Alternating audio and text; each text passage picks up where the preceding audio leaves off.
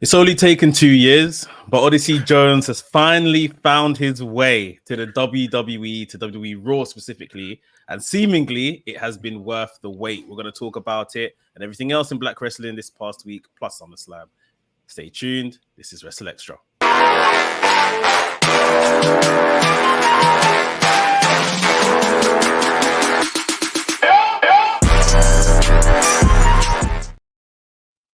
Oh, yo, or should I say, Wagwan, it's Jamaican Independence Day. Today, and you can see I'm repping my people them. But also, yo, this is WrstlXtra. I'm your boy, A Dazzle, the Black Wrestling Advocate, always joined by my trios team, the Real House of Black, Mex, the WrestleManiac, if you will, yeah. And of course, the omnipresent man, if you say his name, he will appear. Gerard Bonner. It is a new day. It's taken 2 years for us to get to this new day. But the Odyssey of Jones's debut, Raw debut, finally came about last night, on Monday Night Raw, on the Raw after SummerSlam. Odyssey Jones has appeared on Monday Night Raw. Very interesting. No one expected it, which is great in many ways. But it was 2 years ago, back in April, 2023. Was it two? Yeah.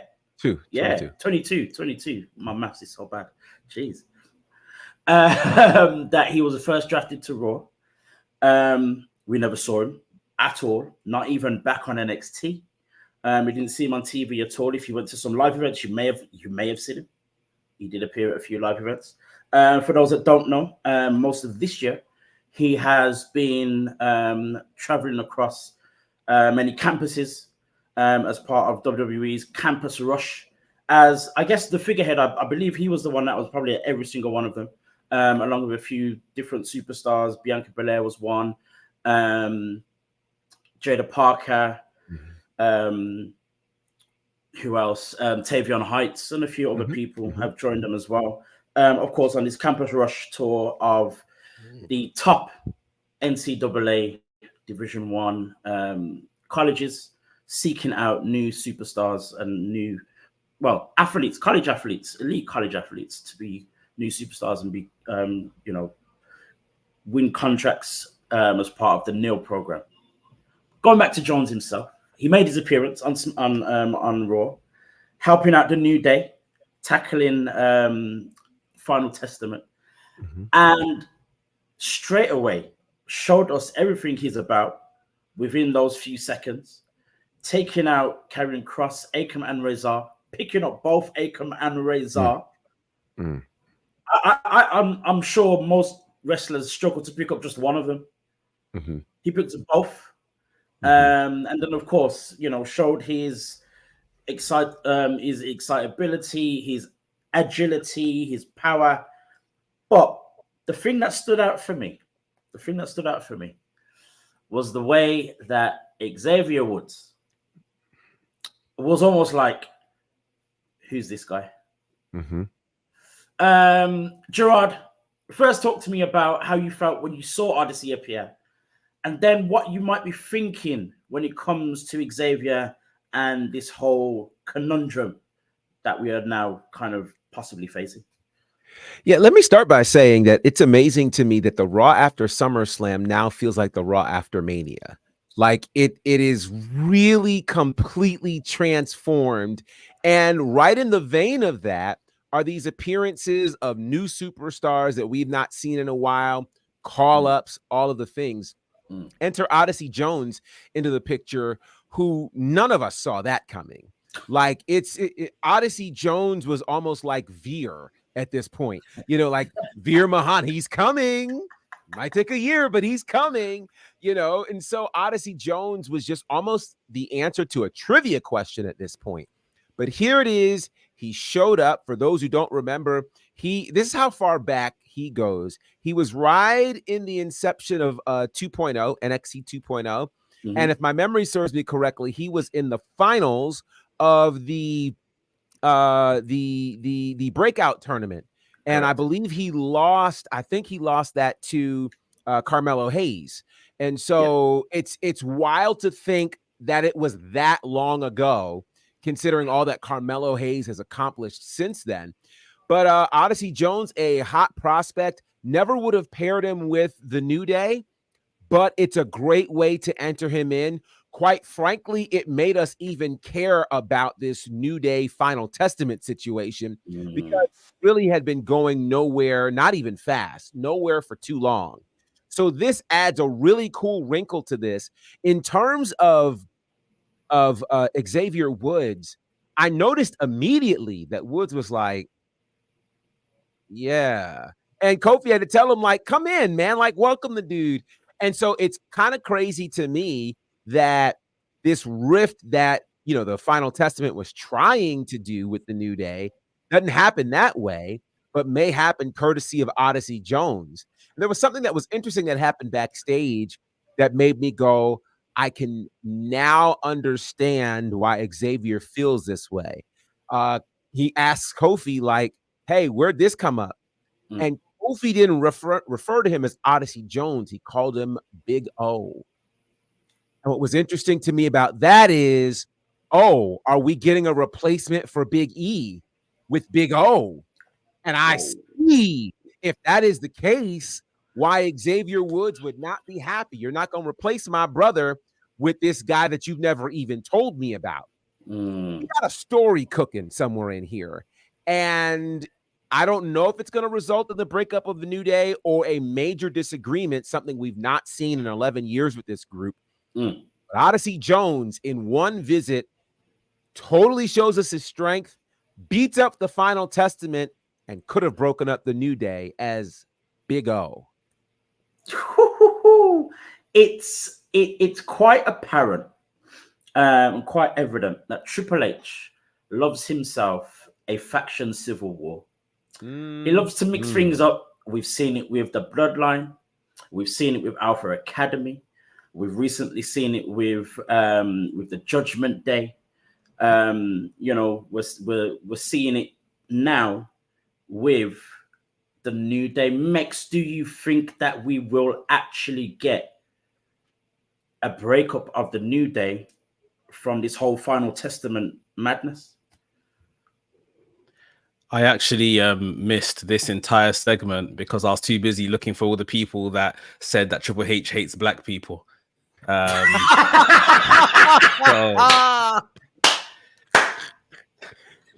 oh, this is great. I saw it. This is great. This is great.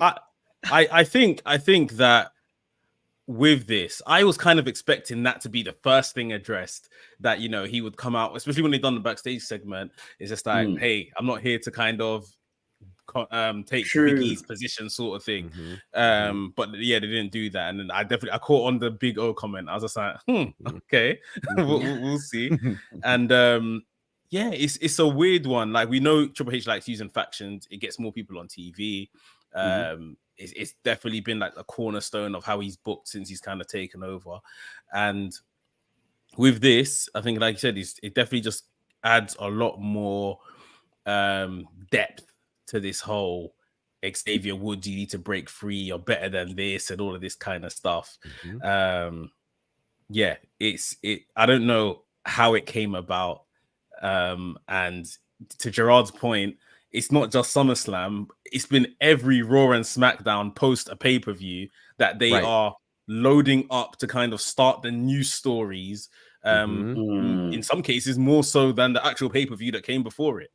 So, yeah, it's really good. And I think that the impact he made was just crazy. Like, it was crazy.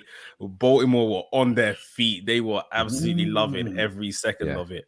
Yeah, it was loud. And the New Day, I think this is necessary. Like, they need a story. I fail to even think of stories that they've had away from their tag titles when they've been champions or, you know, chasing championships. Like, this is something that guys that are basically doing not of anything but still have a lot to offer let them get, sink their teeth into something and rebuild them. And I would like to see not necessarily a split of the New Day, but definitely Trouble in Paradise. Like we kind of push it right to the edge before we kind of maybe wheel it back in. Yeah, it's definitely something necessary. Is there a possibility? Is there a possibility? And what would it look like if Xavier Woods actually joined Final Test? It just I can't comprehend it. I can't see him with them. But Gerard, do you think that that's a possibility? And if so, what could it look like? Well, I thought it might have been a possibility a few weeks ago. And then I just said, oh, no, it's obviously not happening. But if nothing else, it could be out of spite, And so what does it look like? I think they would roll out the red carpet for him, they being the Final Testament. Like they would say, oh, you've seen the error of your ways. Now we want to prove to you that what we said was true, that you belong as a star. So to me, it's now Karrion Kross going to bat for Xavier Woods, putting him in the title picture, getting him opportunities that he didn't have before. To think that he's only had one shot at a singles title, to me, this screams, okay, figure out how you get him in the IC title picture, or figure out how you do something that showcases him in a way that he wasn't showcased as part of the New Day. So I think him joining could work, but for it to work, I think, they have to really kind of put him in a light that he hasn't been in before. I could also see it as a space where he really starts, digging on Kofi real bad. And now Kofi's got to go through the Final Testament to get to him. And, and then it turns into kind of some really brutal battles. Now, adding Odyssey Jones in the mix is fun because now you've got somebody who could really combat, the authors of pain. So I think it could work. It'd be very, very interesting to see how it's done. And because it's so different, we'd be tuned in to see, can we get used to seeing Xavier Woods as a bad guy? Can we get used to him not being connected to Kofi? Now, right now, there's still a lot of money in the New Day. They just debuted these new Teenage Mutant Ninja Turtle figures. So there's still money in them. Right. And I don't know if they're willing to give that up yet, but this is something to explore potentially. And I think that alone, them having new action figures and whatnot is very telling of the fact that, we're not going to get, I wouldn't expect us to see a breakup next week. You know what I mean? If it does happen at all. But at the same time, we mentioned, Kofi referring to Odyssey Jones as Big O, and us not really thinking about Odyssey Jones being part of the New Day. But there are so many things about him that remind us of a Biggie that kind of fits in with the New Day. We're talking about the power, the strength. His charisma alone is very excitable, very excited, just as Biggie was, or is, should I say. For me, I feel as though it already works. Replacing Biggie is not what I'm talking about. I'm not talking about actually replacing him, but it makes sense that Odyssey Jones has been placed in that position. It's crazy that it's taken 2 years for this to happen, but at the same time, it's one of those situations where we've waited this long, but I'm fine with it. You know what I mean? I'm not even thinking, they should have done this a year before, because it works. It should have been done a year before. It's fine where it is. The Baltimore crowd in general were treated to so many great things last night. We saw what Bronson Reed did to Seth Rollins. Crazy stuff. Almost every match was great in its own way. We saw the whole thing with the Judgment Day. We'll talk about that in a little bit. But the other thing that happened is that Odyssey Jones, the clip of Odyssey Jones coming to Raw, has already garnered over 8 million views on socials. It's crazy to me. To put it into further perspective, it's more numbers in that space of time than the big signings in AEW of Okada, Will Ospreay, and Mercedes Moné. Mex, make it make sense. How? I mean, we can't negate the fact that WWE would obviously have a bigger social presence anyway, but it's still absolutely massive because respectfully, he is a unknown entity. Like even his run in NXT was like a cup of coffee, and then he was gone, cooled up, and we haven't seen him for 2 years. So, you know, if anything, it could be to the extent of how great the beatdown was or the save that he made for the New Day. It could be just pure curiosity of people on the WWE page trying to catch up with Raw or whatever, and just like, who the heck is Odyssey Jones? And they've clicked it to watch and clearly been impressed to see what they saw, because the view only counts if you stayed on the video for a certain amount of time anyway. So it's still absolutely massive, and that's the kind of thing that gives the office, you know, faith in, all right, we've got something here. At the very least, we've got something here. Even if we're booking him doing crazy Braun Strowman-esque, you know, things every week, then we have something here that is going to at least fulfill this market of the short content, the YouTube content, the viral content. And on Odyssey, and I think this kind of backs it up as well, me seeing this, seeing how people have been talking about it all day, seeing these numbers you've just talked about, for me, this spells the end of Omos. Like, I watched this segment, I watched the backstage segment, the charisma he had, I watched what people talked about. I've now seen the numbers that Gerard obviously mentioned, and you've mentioned here. I said, that's it. That's the top of the can on Omos. Wrap the can up, throw it away. We have a new Omos. And it's we have to remember, it's kind of not personal, but when we're watching wrestling, we have to remember it's a TV show. People are filling roles that they have, that, you know, like characters. You see what I mean? So I feel like Omos has been replaced with this you know, I guess, unveiling of Odyssey Jones. Wow. Interesting. And I don't disagree with you whatsoever, but it was not a thought that I had. But now I'm like, yeah, that's it's cut and dry. It is what it is, to be honest. And you know, some people may hear this and watch this and hear that comment and think, oh, it's just one of the, you know, not too many black people and blah blah blah. But you've got to think it is about filling characters, because there's not going to be another Chad Gable, right? There's not another Sami Zayn. You know what I mean? Everyone fulfilled, and there's definitely not another Jey Uso. Everyone fills a certain role, regardless of their skin color. It's just their character, and you know, you can only have so many big people, let alone, let's be very real, so many big black people as well. And I think for me that's telling. Gerard, you're itching. Yeah, you know, I want to go back to something, because there are people on these social streets that are trying to downplay this Odyssey Jones debut and these numbers of 8 million, and they're saying, well, you know, WWE's bigger, you know, blah blah blah blah blah. Joe Hendry's NXT debut got 7 million views on X.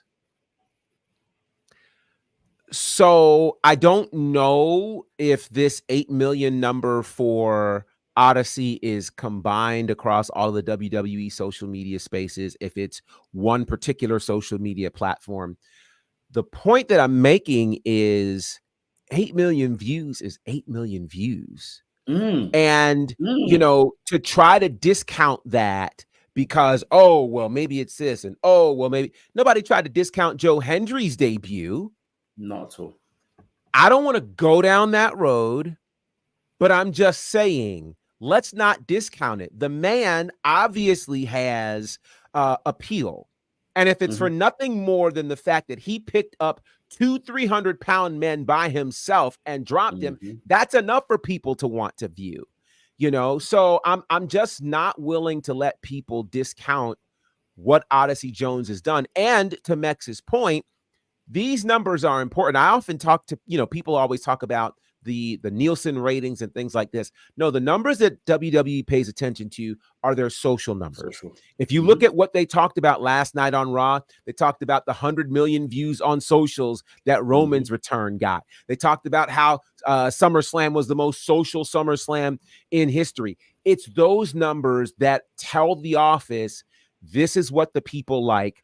Let's give them more of it. So to me, for there to be 8 million views, and I want to be clear, as of right now, we are less than 24 hours removed from Monday Night Raw. Right. So we're not talking about 8 million views in a week. We're talking 8 million views in a little over 12 hours.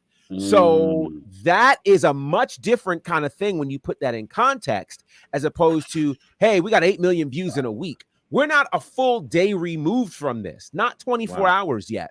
So this is a big deal, and it says a lot about Odyssey Jones and what could happen for him if he's getting this kind of attention this soon after his debut. And it's crazy to put it in further perspective. You know, as you said, Gerard, it's less than 24 hours. And the comparison that we made to Okada, Mercedes, and Ospreay were their numbers after 24 hours. Correct. Odyssey at 8 million. As were, you know, we had Okada at 4.5, Mercedes at 6, Ospreay at 4. He's doubled most of them already in less than 20 hours. Yeah.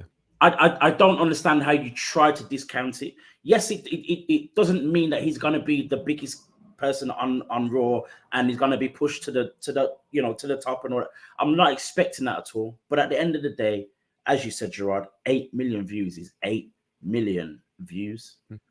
And you can't, I don't see why you would want to, or what you're trying to prove by trying to discount it. It doesn't make sense. Speaking of the socials and the most social event of the summer, SummerSlam, many people are saying that it is the greatest SummerSlam ever. Some people are saying it's the best PLE of 2024.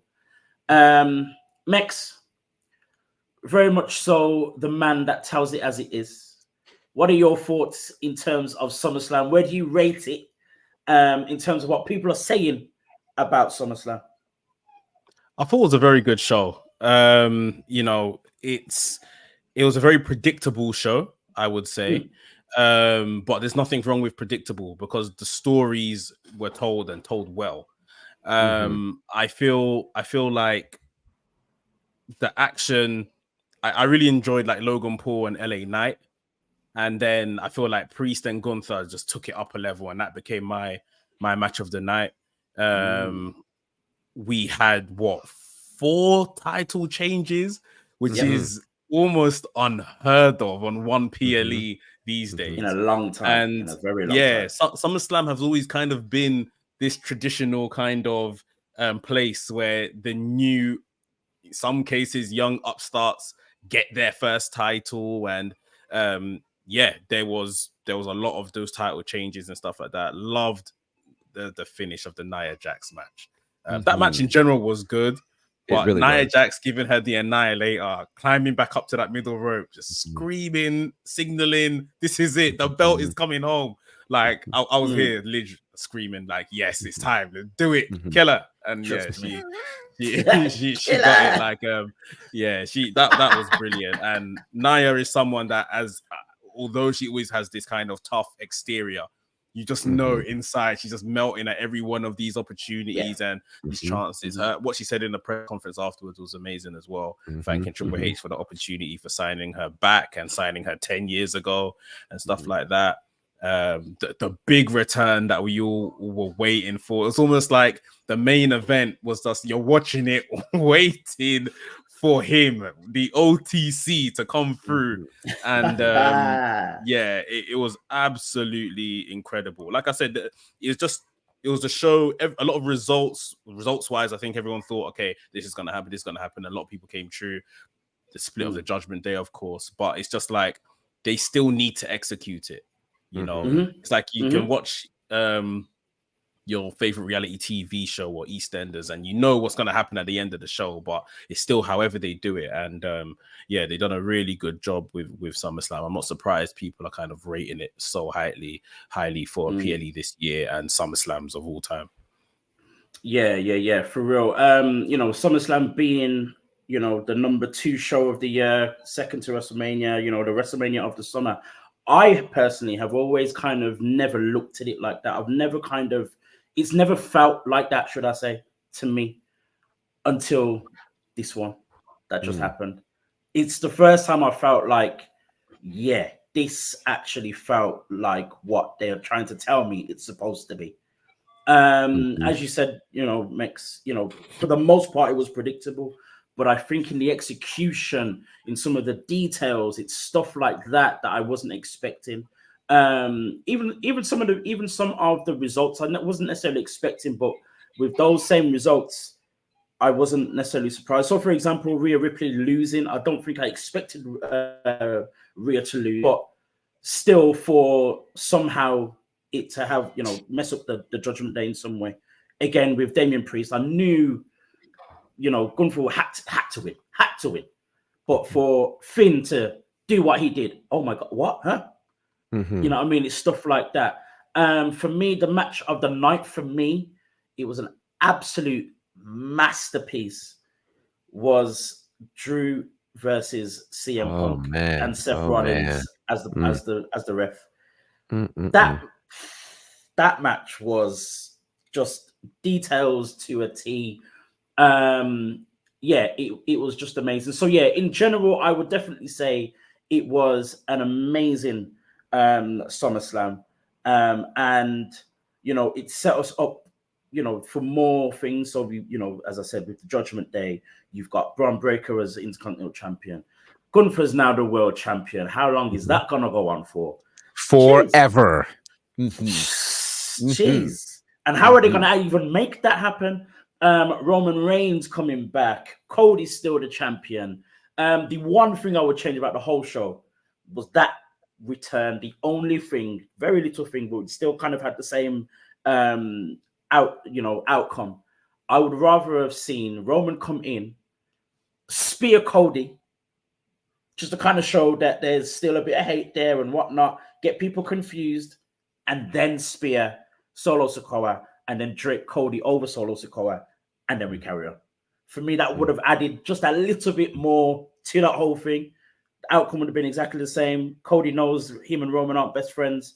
Solo knows it's over for him. But that's the only little thing. Gerard, Solo knows it's over for him. Oh yeah, he knows. Solo knows. Solo knows. Solo knows he's done for. Forget it. Gerard, what was your favorite moment from the weekend? Gosh, there were so many favorite moments. I'll say my favorite moment was execution. Because in every space, like for instance, the Liv Rhea match, there were moments where it was like, okay, Dom's gonna do it. Then it was like, wait, y'all are getting mad about this chair. No, it makes sense. She won't win the championship if she uses this chair. And even when Dom slipped the chair in at the end, you still didn't know if he was really gonna do it. But the fact that he did it and it still made my jaw drop and I knew he was going to do it, that's why I was like, you guys are brilliant. Because it's like we see it coming. We know it's going to happen. But when it happens, we're like, what? The Finn moment. Again, you kind of knew at some point Finn was going to do something, but you didn't expect it to be that moment. And so again, it was just like, whoa, the execution of that CM Punk Drew McIntyre, the almost the literal callback from SummerSlam 97, with Shawn going to hit Brett with the chair and Brett ducking and hitting the Undertaker, like, oh, all of the details, the pink and black that CM Punk wore, like Bret Hart, like it was just phenomenal. absolutely phenomenal. And we'd really be hard pressed to find another card this year. And they've had some great cards, but another card this year that had so many stories coming into it, that had so many things that we wanted to see. You know, I mean, whether it was titles and Braun Breaker finally winning, or CM Punk and Drew finally getting their hands on each other. I mean, and then of course Roman, which I did not think Roman was coming back. I thought, you know, it was too early. I thought he'd be back maybe later. I thought that Solo would have to drag WWE down far more before Roman would come back. So Roman coming back was a great surprise to me. Yeah, just all the way around, they crushed this PLE. And then the follow-up on Raw, I was like, my brain went, what kind of Raw do we have right now? Like, what did I miss something? Like, this is next level. I love what's happening right now. So yeah, they crushed it. To me, the moment is execution, because everybody did it. And I think for me, that was what made this whole thing so great, because I think it was someone said it in the post show. I believe it was probably Wade Barrett who said it, and it kind of felt like every single match was a main event. Yes. Like, yes. I haven't felt like that. Even WrestleMania, I think maybe because it's 2 nights, but there were so many matches that were great, so many matches that could have been main events, so many matches that were done well. But it didn't feel like every single one. Whereas I think for me, this one felt like every single one could have been a main event. And it's mainly not simply because of what happened or the action in terms of wrestling itself, but more so the culmination or continuation of stories. Yeah. Every single match was connected to a story, and a story that we knew, a story that we wanted to see the next chapter of, or come to an end, or continue. Every single one of them had that. So I think for me, it's that part of it that makes it feel so big. Let me mention one other thing too. The execution was done so well that it made a moment that I normally would not have liked become a great moment for me, and that was Jelly Roll. Like I was wondering when they started that segment, I was wondering, okay, what are we about to do here? And then when I saw him in the ring, I was like, oh boy, here we go. Another one of these spots where a celebrity.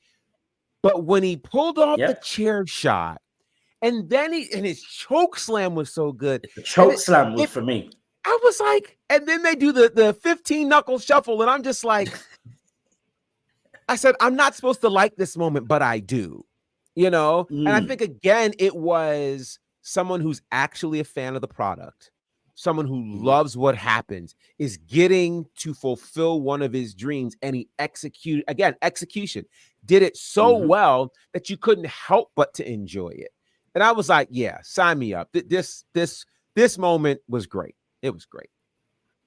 I wanna hear in the next few months that General started training or something, because it'd be fun to watch. Put him in a match. Put him in a match.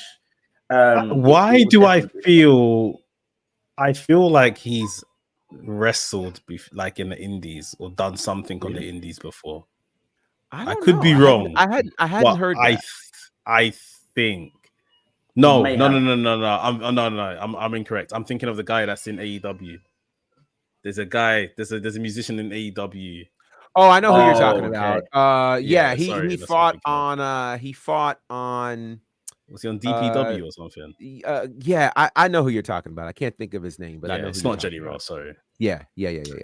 Fair. But I can definitely see him being involved in something at WrestleMania or whatever the next big thing is. Yeah, definitely can see that happening, and I think it would work. He looks the part as well. It's weird. He does. Yeah, he just looks the part. He kind of felt like a lighter version of Viscera. Big Daddy V. Really like funny. Big Daddy J. Right. Big Daddy Roll. Wow. Big Daddy Roll. Good Lord. Oh my gosh. Wow. No, it was it was amazing. It was amazing. Great American Bash. NXT. Week 1 was last week. We get week 2 tonight. We saw. God, I'm forgetting names. Lash Legend. Yes. And Jakara Jackson, of course. Yes. Fight for the WWE Women's Tag Team Championships against Isla Dawn and Alba Fire. Unsuccessfully, of course.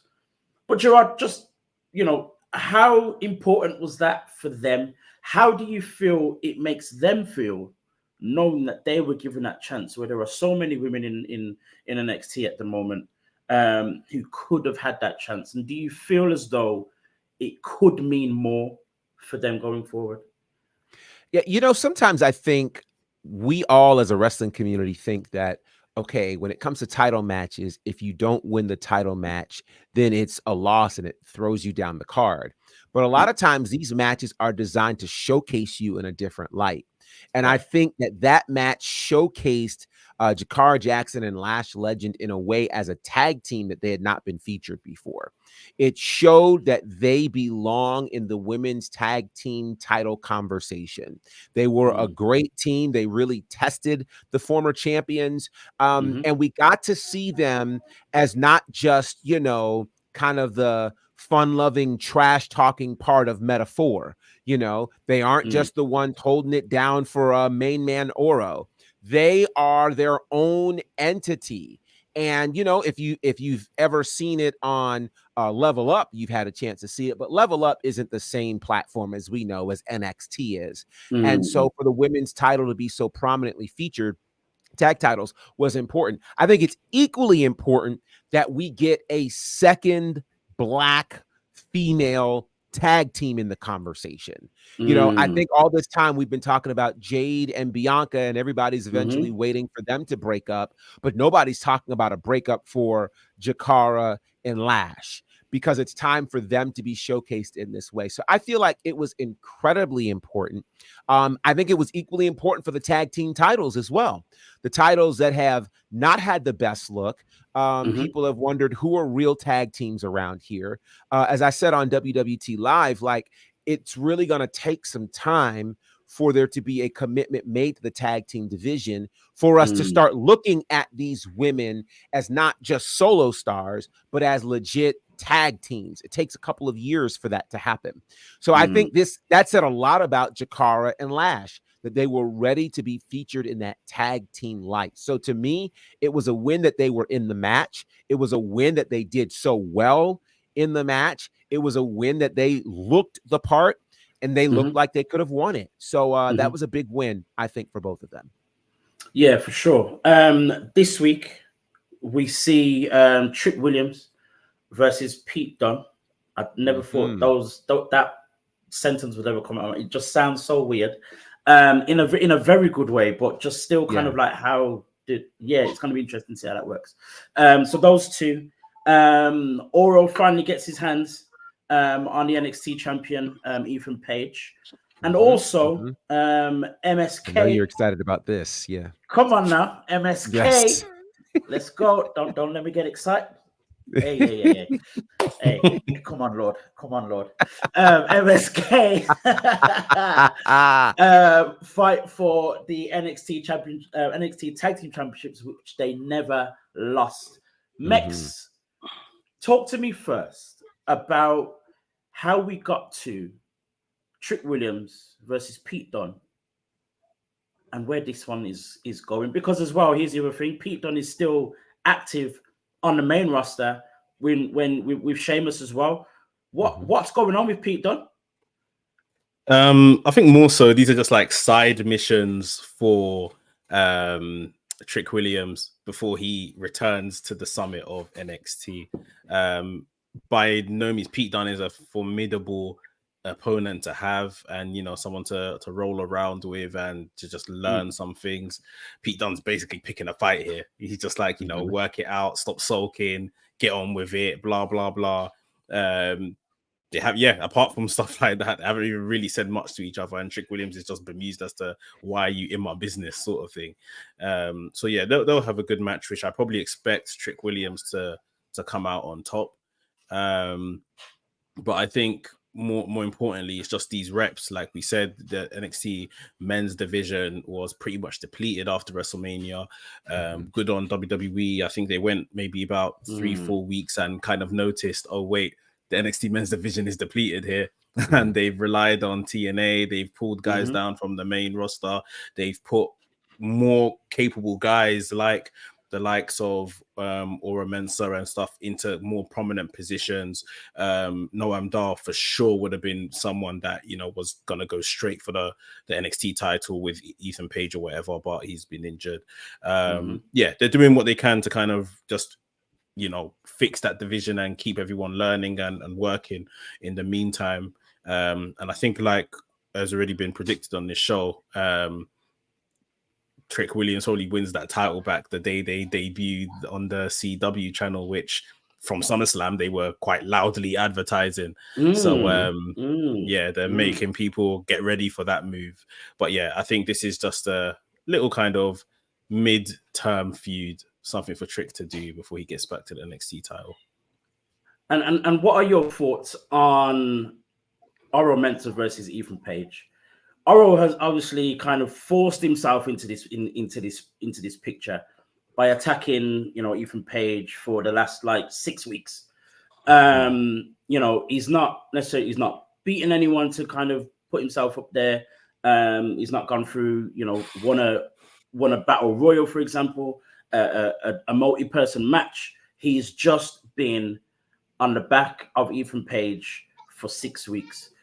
Do you feel as though that has that been a help or a hindrance when it comes to Oro Mensah actually going for this NXT championship?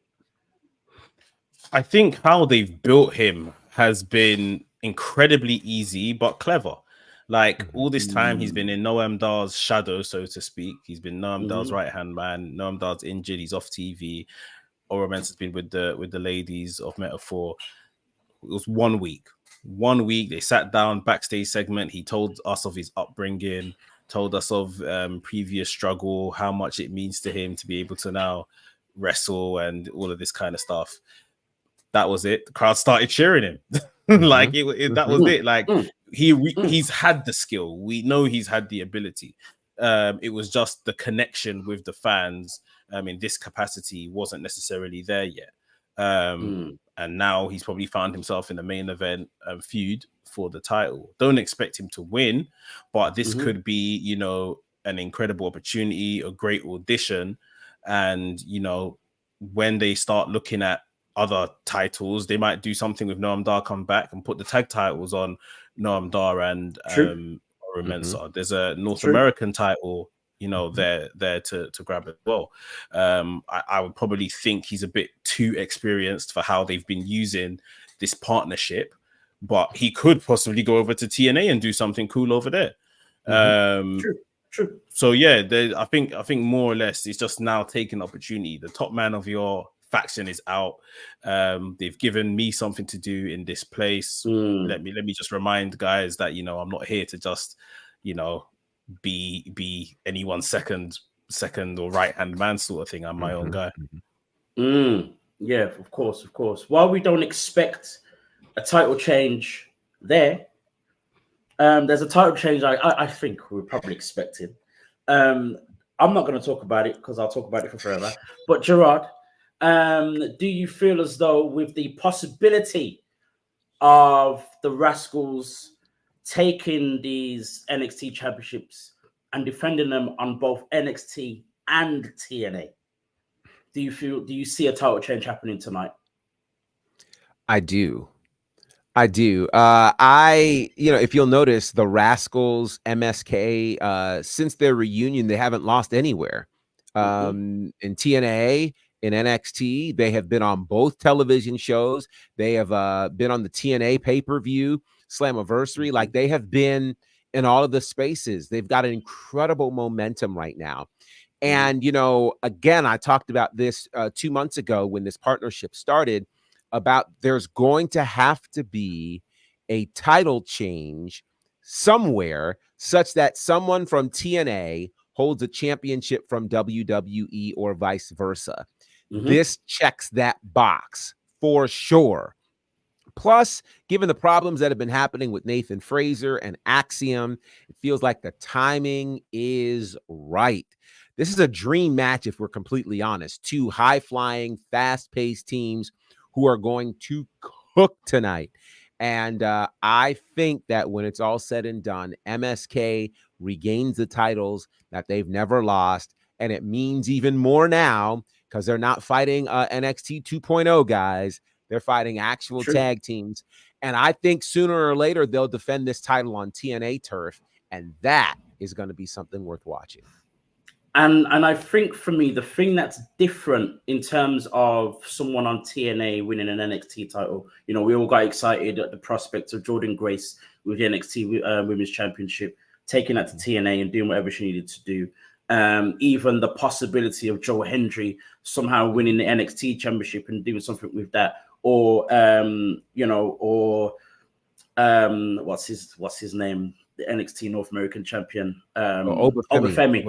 Obafemi going to TNA with his, you know, North American championship, whatever. Mm-hmm. The difference here is this group of 3 guys are on both shows. Yes. You've got Wes, who's part of NXT, and the other 2 are part of TNA. Mm-hmm. So it's not like one group is winning more than the other, because these guys are on both shows. And as you said, Gerard, they've been on both shows week in, week out for the last, 3-4 weeks? Mm-hmm. Absolutely. So it's the one part that makes sense. If anyone's going to hold a championship and go to both places, it's them. They're already doing it. Everyone's winning equally. Everyone's winning equally. No one's winning more than the other, and or vice versa. So, you know, I think for me, it's inevitable, as you said as well. Axiom and Nathan Fraser have kind of been going at it, kind of, you know, on and off for the last couple of months. They've done great in defending their championships. Had some great matches. I almost thought it was one and done with when they went against the Good Brothers, but they decided to keep it on them. You know, even after that match. So I think now is the time that their reign is coming to an end, and we get MSK back as champions, winning their championship that they never lost. And let me just say that again: they never lost. So I think it's time, and I think it's the perfect way to do it. And yeah, the perfect bunch of guys to do it with. You've got, you know, as we said, when the reunion happened, Wesley is like NXT's favorite son. Who better to kind of go from place to place? Again, massively popular in TNA. Who better to go from place to place? So yeah, it just makes sense. I'm going to stop waffling because I will do it for forever. But also as well, I forgot to mention this. From last week, Tavion Heights put in a phenomenal performance. I'm actually quite surprised he didn't win. With the performance more so the performance that he put in, not so much how the story's going and who he was facing and all that kind of stuff, but more so the performance that he put in. It would have made a lot of sense if he was to win, just given the type of wrestler that he is, the trajectory that he seems to be on at the moment. You know, we mentioned already he's been going to different places. He was in Japan, I believe, a week or so ago. Yeah, so you know, it would have been great, but for him to be able to kind of showcase himself again in that way was brilliant. The next thing we want to talk about, we know a guy who kind of does some interviews sometimes and somehow gets these exclusives. I'm going to now start to coin them, not exclusive, but exclusives. I like it. It's all right. You can have that for free, mate. You can have that one for free. So Mex along with Gorilla Position and the guys there had the absolute amazing opportunity to interview Bryan Danielson of AEW. Mex, just give us kind of like the experience, but then also this one thing that you wanted to tell me so badly when it comes to from that interview. Yeah. So obviously Danielson right now, yes, he would have left. He would have left by now. He was here on Monday. Well, he got here on Sunday, arrived at Heathrow Airport, and came straight to us from Heathrow. He's doing like a quick press run for All In. So an absolute pleasure to speak. He is someone that is legit, not blowing smoke, legit on my Mount Rushmore. So facts. Yeah. So it was just I've been kind of avoiding watching it because I know I'm just gonna be smiling like a Cheshire cat, like a kid in a candy store. But yeah, we had a great chat, super comfortable, super casual. We spoke about obviously All In, retirement, and when I was getting into that conversation in regards to retirement, I said, wrestlers often have say in who they are retiring against, sort of thing, who that person is going to be. So why Swerve? You're happy for it to potentially be Swerve if you're not winning this match. And I mean, you can watch the footage. He seemed to be like trying to find his words when I asked that question. And I asked him, is it because of Washington bias sort of thing? And he said, to be honest, that's exactly what it is. Like, he said Swerve is incredible. Not at this point in the interview, maybe another point in the interview, he said Swerve is incredible. As a champion, this guy, there is nothing that you can't see him doing. He's a stand-up guy. He does the media and stuff like that. He helps people in the back. He's actively, and Danielson, I guess, could say this firsthand because someone that he's kind of working with those upstairs. He said he's actively always pitching other places he can help and do things for the company, that he is very much ingrained in there. He is showing any kind of characteristic that you would say a champion shows, that Swerve is showing it and some. And that he has always thought that, he has been for the last 20, 25 years, whatever, he has been Washington's guy, Bryan Danielson. And that when he hangs up his boots, he doesn't want to be Washington's guy anymore. He wants it to go to the next guy, sort of thing. Which he more or less has said now, that is Swerve. He wants to lose his powers, or as it were, to Swerve Strickland, and for Swerve Strickland to become Washington's guy. So yeah, it just apart from the glowing, I guess, praise he gave Swerve there, which obviously for me sitting there, that's the black world champion we have. It made me feel like well done, Swerve, because we have been fair, sometimes critical of Swerve and his run and things like that. Obviously, some things not in his control, some things are. But to know that with the office, he's doing all the right things. They are clearly in full faith of him. It really kind of made me happy to hear that from someone, so highly respected in wrestling, full stop, let alone AEW. Made me kind of think as well, I think Danielson probably beat Swerve at All In. And that in October, which is Wrestle Dream, which I believe is held in Washington, maybe Swerve wins it back there. Right. That makes logical sense. Yeah. But yeah, apart from that, I felt like I said, it was just great to hear that Swerve, our person, like he's just absolutely just crushing it in his role right now as champion. For me, with this whole thing with Danielson and Swerve, we've kind of seen a real interaction with them on last week's Dynamite. Gerard, how did you feel about that, and where the conversation went with them, with the two of them? Do you feel you're closer to kind of being excited about the match, or there's something to the match now, rather than it kind of almost feeling like it was rushed? And I don't get why it's not Hangman, maybe, or what are your thoughts about this match in general? Well, I was an early advocate. As soon as he won things, when he won the Owen Cup, I was one of the first to say, he's going to win the world title. He has to win the world title. It's the thing that he needs the moment that's going to solidify his post WWE run. He's not had that.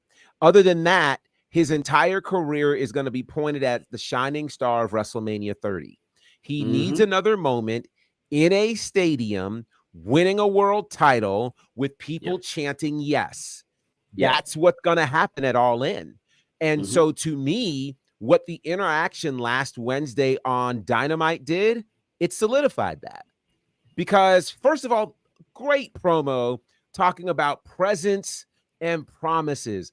I watched that and I thought to myself, a lot of these wrestlers could be preachers because their ability to put these things together and excite your soul. It's like, Bryan, you've been at somebody's church. Now, I know you said that the ring is your church, and I'm starting to believe that right now because it was a brilliant, absolutely. I mean, you believed in presence and promises. Like you just told, it was a sermon. It was great.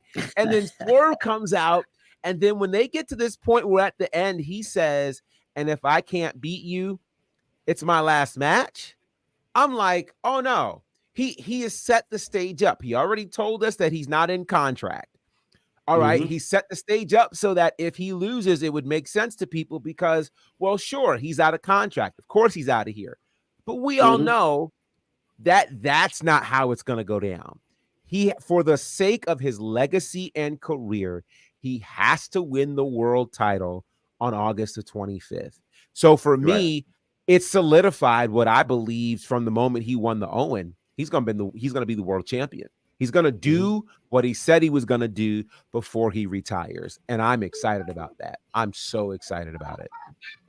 Just on that whole WrestleMania 30 moment, we are, bar it being in April and stuff, we are 10 years on from when we are. And I was there. And the way I wish I could be there for All In, because I'm just like the vibe in New Orleans for people were literally walking down the street chanting yes before we ever got to WrestleMania. We were sitting in a restaurant and people would walk by and I had a Daniel Bryan sweatshirt on that said yes, and they would see it and they'd start chanting yes from outside of the restaurant while I'm sitting in the It was something like I had never seen before. It was special. And so to be able to recapture that one more time, it's got to happen. In 10 years, it's got to happen. Yeah. For me, it has to happen. As you said, it solidifies not just, something other than the WrestleMania moment, but just something in AEW. As much as he's had great matches, we can go down a list of matches that he's had and say, yep, that was great. That was 3, 4, 5 stars, whatever. We can definitely do all of that. But we know he's never won a championship, and that for me means he has to win, because if he's talking about this is his last year, his last significant run, blah, blah, blah, it has to happen. Otherwise, this whole AEW thing won't necessarily be, wouldn't be a thing where it's unnecessary, but in 10, 20 years, 30 years time, it won't be remembered. Because there's not that milestone, there's not that thing on the record books or whatever to say, oh, Daniel Bryan won so and so title and whatnot. So I think it has to happen. And if what Mex is saying is true with Wrestle Dream happening in Washington, I think that would be the perfect way to kind of then, Bryan kind of solidifies Swerve. By Swerve winning the title back from him, and we go from there. It's going to be very, very, very interesting the next few weeks and All In.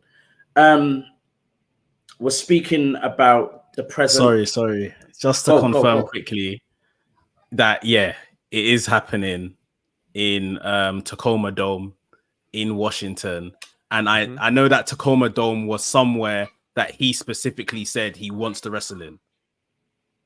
And Tacoma I don't think where Swerve is from. Yeah, I don't think the previous Wrestle Dream was in this Tacoma Dome. It might have been somewhere else in Washington, but I know Bryan has said he wants to wrestle in that building. So, yeah, take it as what you will. We'll get. Yeah, I think obviously we're having the match at All In. The rematch will happen at Wrestle Dream. I wouldn't expect it to be before that either. So yeah, that's exciting. That's exciting to know. We're speaking about the current, but let us speak about the future before we leave here. We found out over towards the end of the week, last week, that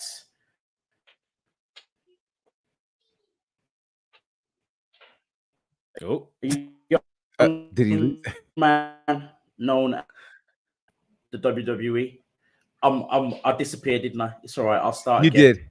Yeah, again. We do know that a young man known as Jacob Henry, the son of Mark Henry, has officially signed with WWE. At this very point in time, we don't know the details or the facts of the contract, how it's going to work, when he's going to be at the PC, if he's already possibly even started already. We don't know yet. But he himself came out, spoke to some people at, I forgot what the Remix Rumble. Called. The Remix Rumble, that's the one. His dad was DJing. It was a show to kind of, promote SummerSlam. Jacob's been introduced. He's come out with a mic, and I said it in our chat. This guy just took the mic as if he has been on the main roster for like 5 years. Just the details of how he conducted himself, the way the crowd reacted to him, all that kind of thing. And Jacob has announced that he has signed with the WWE.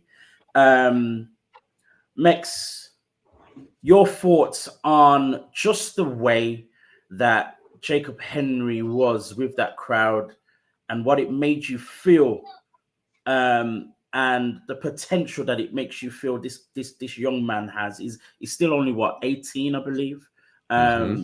What are your thoughts on his potential? I mean, the confidence, the swagger of that clip alone, like, it just makes me think like, well, we just need to get him from amateur wrestling to professional wrestling, and then, he's probably so further ahead. It's easy people think it's easy to kind of talk and stuff like that, but even with him doing that little announcement, he was in front of a crowd, and we always come down to like things like crowd control, knowing the cadence of when to talk and this, that, and the other.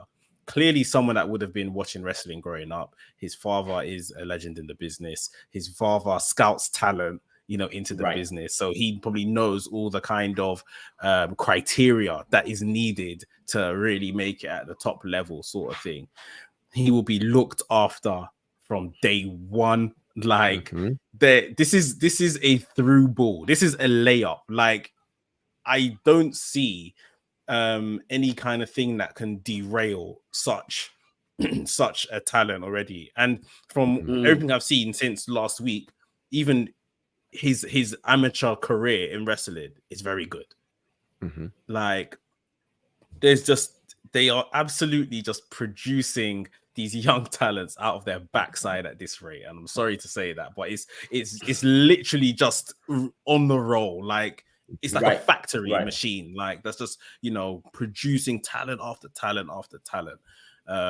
It's incredible to see. And yeah, it may still be a very long time before we see him, on TV, whether it even be Level Up or NXT itself. It could still be some years. But I said it in the group, he's going to eclipse his dad. And that's not a disrespect or anything like that. I'm sure any dad would want their child to eclipse them in whatever field it is anyway. But yeah, it's kind of like good vibes, a really good potential I'm seeing already. In terms of all the details that he showed in that clip alone, we were talking about how he knew when to stop speaking when the crowd was chanting. He knew how to react to when they started chanting what and he did the same thing and all that kind of stuff. He knew how to make a quick joke about his dad and then kind of, rein it back in and then deliver the news in a way where we were still kind of like, we knew exactly what he was about to say, but we're still kind of waiting for him to actually say it. Like, he knew all of those little things. And as you said, Mex, he's got a great record in his amateur wrestling. He's coming off of, being part of the football team at his college as well. He has also been part of the track team in the shot put event as well.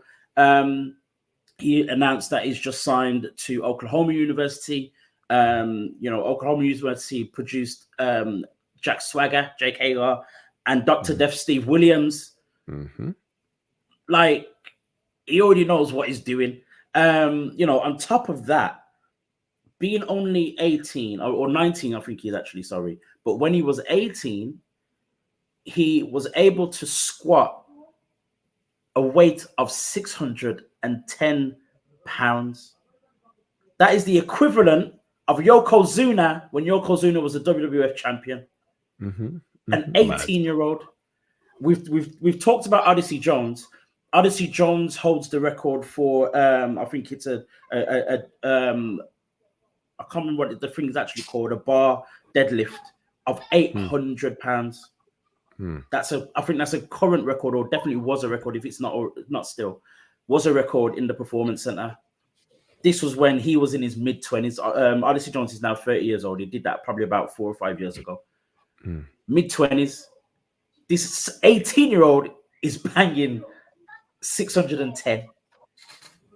Crazy. It's madness, the potential that this guy has, and then on top of that, his dad is Mark Henry. Mm-hmm. Gerard, you have had the pleasure of sitting next to and dealing with and talking to Mark himself. How do you feel he would feel with this whole thing? We've seen Mark produce the likes of Bianca Belair, Jade Cargill, even has spotted Samantha Irvin, Braun Strowman as well. People don't talk about that enough either. Now Jacob Henry. How do you feel as a dad? We are all dads here. How do you feel as a dad to see this happening with your son? Yeah, it's amazing. It's what every father wants for their son. They want their son to get into whatever business they choose and to be successful at it. But if they choose the business that you were in, that's incredible, And here's what's different. I think a lot of parents might open doors for children in those specific fields, but if those kids don't want to be there or they're not skilled there, then it's just kind of like, oh, well, what did we just do? You just use that name to get in the door. But this is a case where we can see already, just from the mic, from his athletics, this guy's going to be special. And given the eye that Mark Henry has for talent, Mark Henry's ability to teach and train, think about, we don't know how much Jacob is just picked up just from living with his dad. True. You know what I mean? Like, this isn't just, hey, we're going to go to the gym and meet at the gym. No, this is the dude who is responsible for your life. Random things that you've talked about, you've picked up his mannerisms. You've picked up how he handles things. You've watched his footage. So he's going to be steps and steps ahead of so many others. And I'm excited for what this is going to mean. I think Mark Henry is ecstatic about it. I'm not sure whether or not he wanted his son to be involved in the wrestling business, but the fact that his son chose that on his own has got to make him very, very happy. And I think Mark Henry is aware that he has helped to create the kind of environment that will make it easier for Jacob to enter than when he entered back in the 90s. Right. And that is a massive win. When you've helped pave the way, people have great respect for you, it's going to make that a lot more enjoyable for Jacob entering the business. Here's probably a tough question, and not to kind of look at this whole thing negatively, but we have seen two ends of the spectrum when it comes to second generation. With quite a few people nowadays, it's third generation stars come in, some being very, very successful, some not so much. What do you think is a difference from being, you know, a Dwayne Johnson, a Randy Orton, compared to a Ted DiBiase Jr. or you know, Michael McGillicuddy? Like, what is the difference here? And do you see that happening with Jacob, or is there like a, you know, a sign to show that he's gonna go to the rock end of the spectrum as opposed to the other way? I think it's exactly what we're talking about from what we saw in that clip. Charisma, character, confidence. Like, Randy Orton is someone that obviously got in trouble a lot as a younger person, probably got a lot of grace because of who his dad was in the business, but came across almost like probably a bit like how Austin Theory is now, sort of thing, like a bit cocky and confident and stuff like that. An athletic freak as well. Obviously, The Rock was his charisma spoke before he got in the room, sort of thing. Right. So you knew that's what was kind of his ticket as well.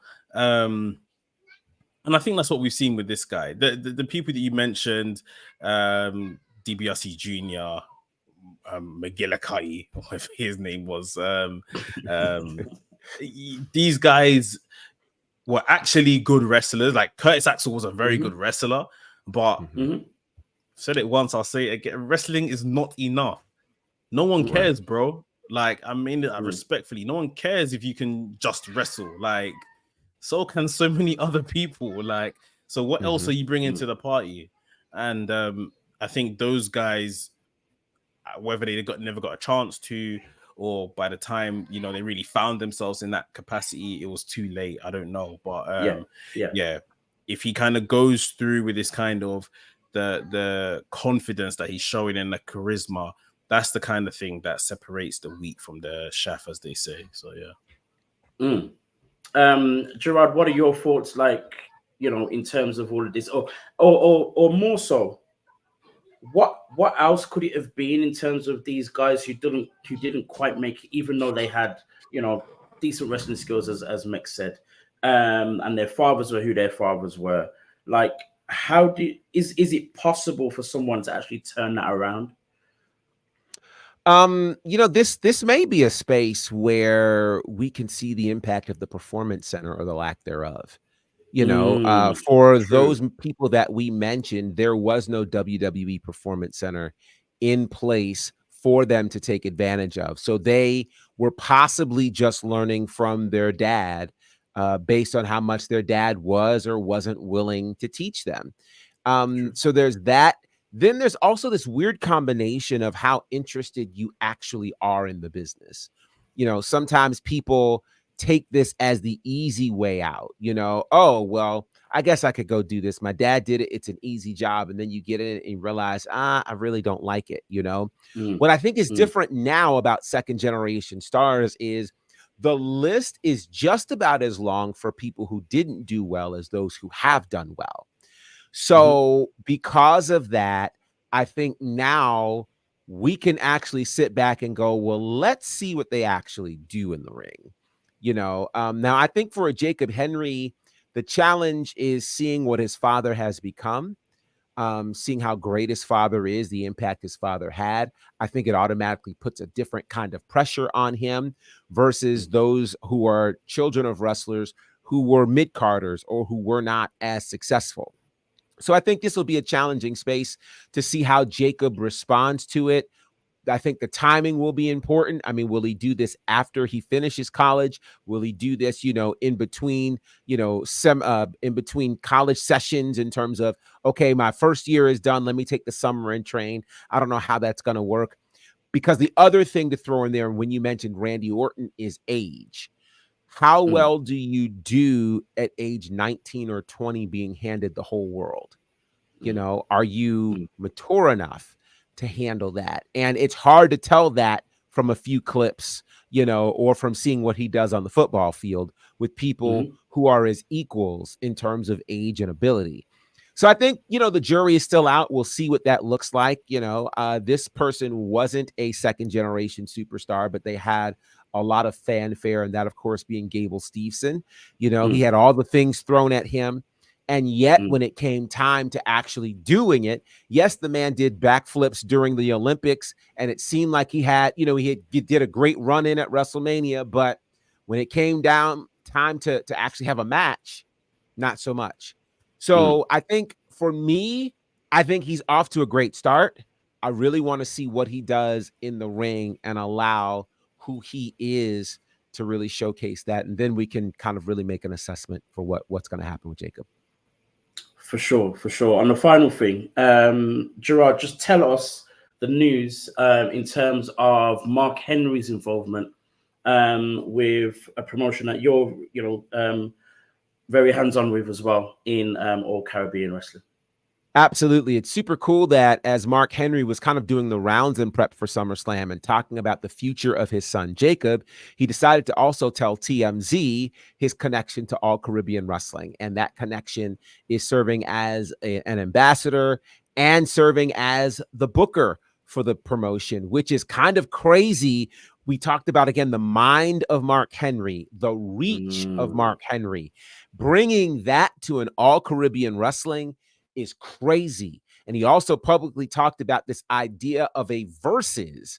We talked about versus during the pandemic musically, where you had one person's catalog against another person's catalog. Well, now there are talks of versus involving All Caribbean Wrestling and several other promotions potentially. And one of the ones that he said in that interview is that WWE is open to it. So the idea that we could at some point see WWE versus All Caribbean, or several other promotions versus All Caribbean, it is a thing. And so it's so exciting that this is happening. And with today being Independence Day for our friends in Jamaica, it's a nice time to tell you that All Caribbean Wrestling is returning to Jamaica, Kingston, Jamaica, at the end of the month, August the 31st for Jam Slam. Mark Henry will be there along with a number of other great talents. So you can get more information by heading to allcaribbeanwrestling.com. If you are in Jamaica or you want to make a trip to Jamaica, August the 31st would be a great weekend to do that, to check out All Caribbean Wrestling and all that we're doing. It's really, really exciting to see. But to have Mark Henry as the ambassador, to really, he opens doors and people listen. And so to have him, and to think about it, he could have taken his talents anywhere, but to do that for All Caribbean Wrestling is a major moment. It's a major step, and I'm excited about it. Wow. If only I could muster up the money by August 31st. I'd be taking a trip to Jamaica right now. It's phenomenal, even just to think, some kind of collaboration with WWE or Caribbean, and I would expect it to be more so kind of like the NXT guys and stuff like that. But even just to think to send like a Tavion Heights to All Caribbean or a Jada Parker or to All Caribbean is just that alone is just like wow. For a promotion that kind of only started it was supposed to start before the pandemic. The pandemic happened, things kind of got stalled. Then they kind of eventually came through, been doing what they've been doing, and it just seems to be getting better and better and better. And it's beautiful to see. And especially with guys that I myself have been kind of, interacted with in the past. JB Cool, the Pope, literally one of my favorite wrestlers of all time. It's weird, but and a few other guys that that are wrestling there as well. It's like it's just beautiful to see the growth that's happening and still and yet being associated with such a major name as Mark Henry. It's crazy stuff and it's beautiful to see. Yeah. In saying all of that, our time is up. This has been WrstlXtra. You are watching on the WrestleManiac UK YouTube channel. Don't forget to like and subscribe to see when this guy Mex puts out all of his reactions and also interviews as well as Mexclusives. You can have it for free. It's fine. You can have it with the likes of Chad Gable and Bryan Danielson. What? Anyway, it's not a bad CV, is it? It really isn't, mate.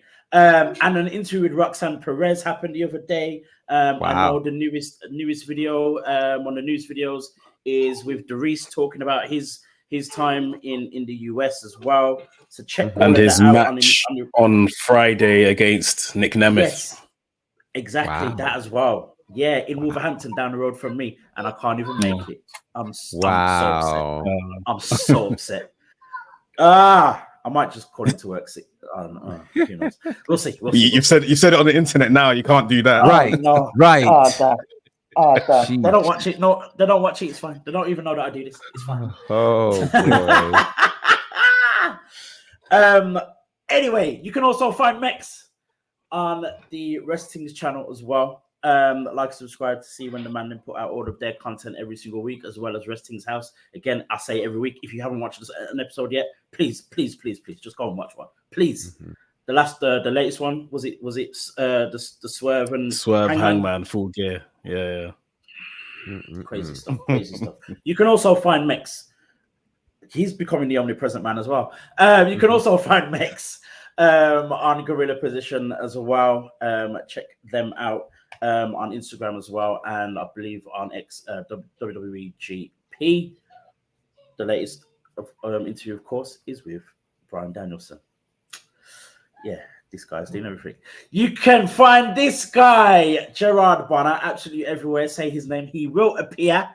But you can find him on all things Bonafide. You can find him on his own show, The Faction Show. You can also find him on WWT Live every Monday, Wednesday, and Friday. You can also find Gerard doing all of his broadcasting and commentary with All Caribbean Wrestling alongside Mark Henry every now and again. Also on Southern Honor Wrestling, IWE, Turnbuckle Championship Wrestling, Arche Wrestling as well. And everywhere else that you want to find this guy, you can find him. You can find me in about 2 places. On Black Wrestling Alliance on Instagram, in my house. I'm joking. Or BWA Dazzle X. Guys, thank you for your time. And before my internet messes up even more, we are out of here.